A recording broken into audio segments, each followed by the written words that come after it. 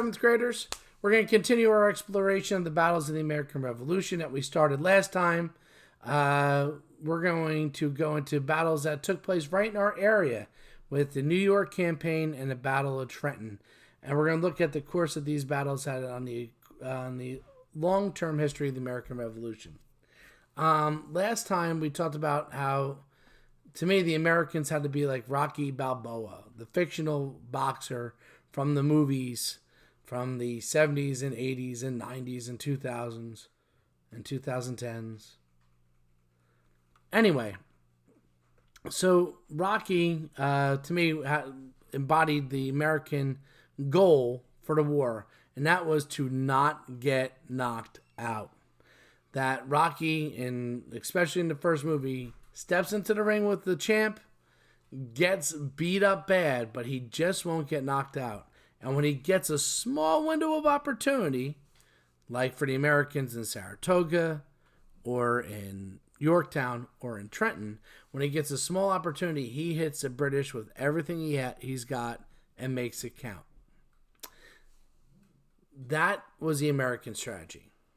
The British, however, they also remind me of a boxer in their strategy, their goal for going into the war, and that is Iron Mike Tyson. Here we see Mike Tyson in his prime in the late 1980s. When Mike Tyson stepped into the ring, most of his fights were over before they began. People were scared to get into the ring with him. Why?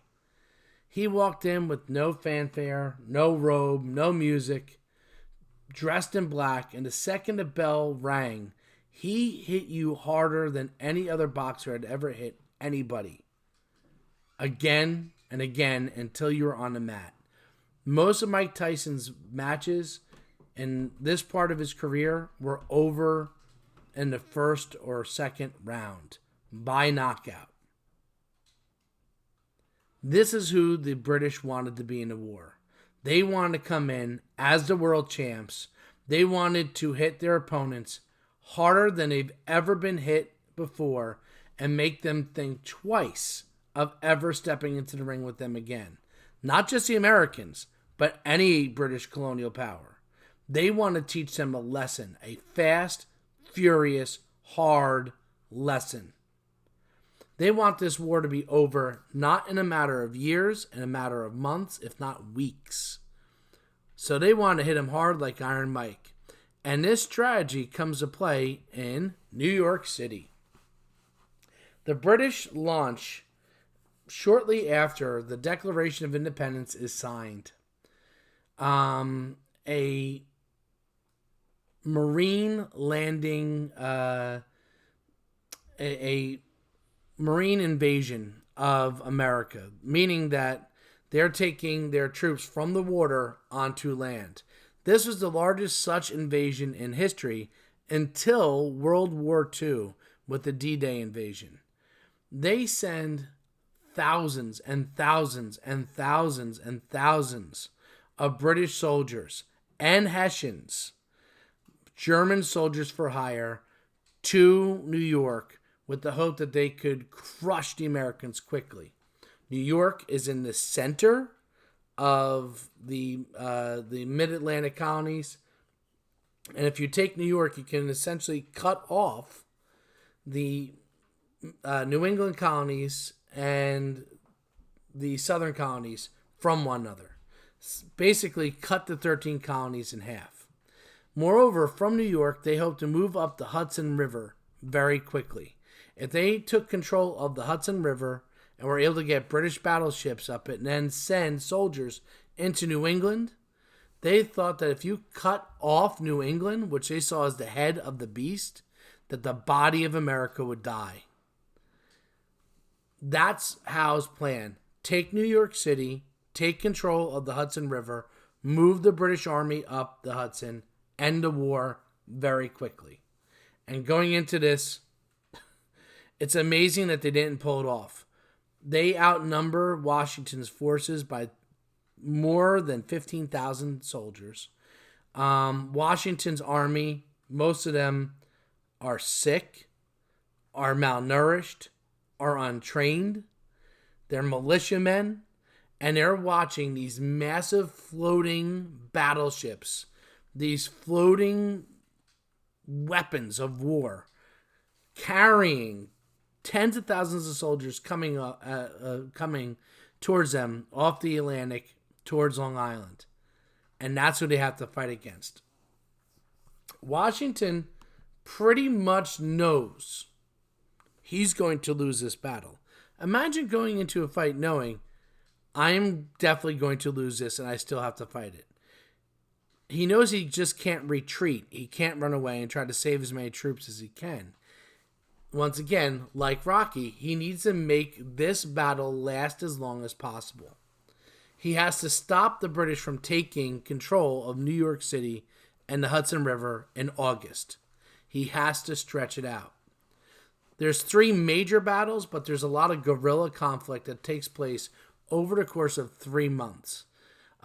We see battles in Long Island, Harlem, and White Plains. The first major battle takes place in Long Island.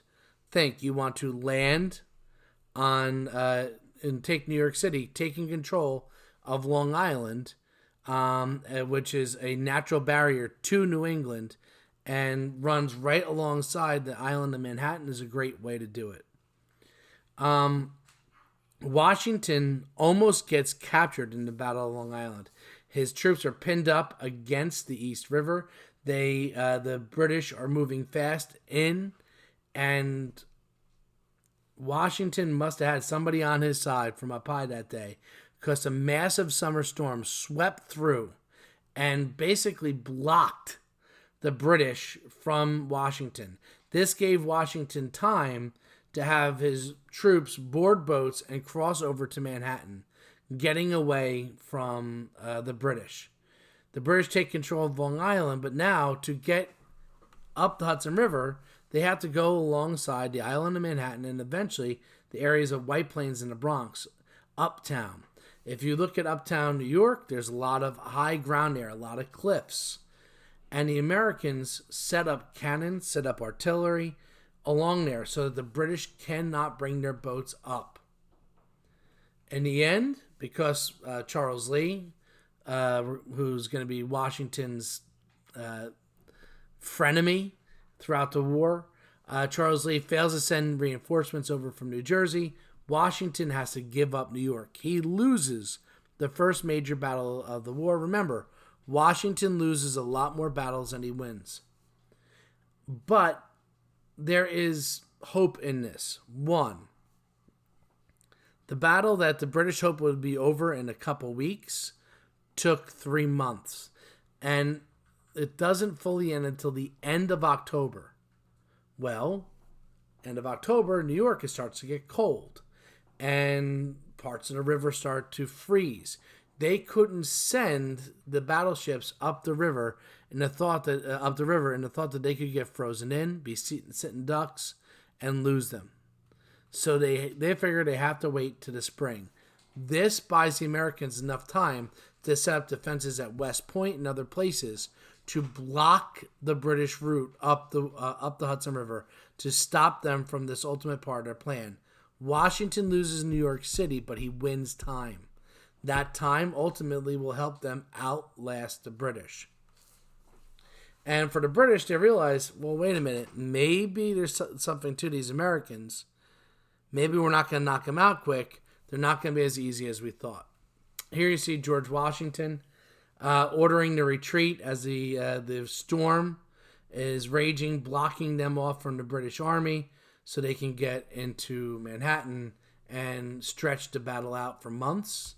And here we see the British commander, General Howe. I always like to show this because it shows the uniform of the British soldier in his glory with the sun on his chest. Remember, the sun always shines on the British Empire. They're always showing off how they basically rule the world at this point.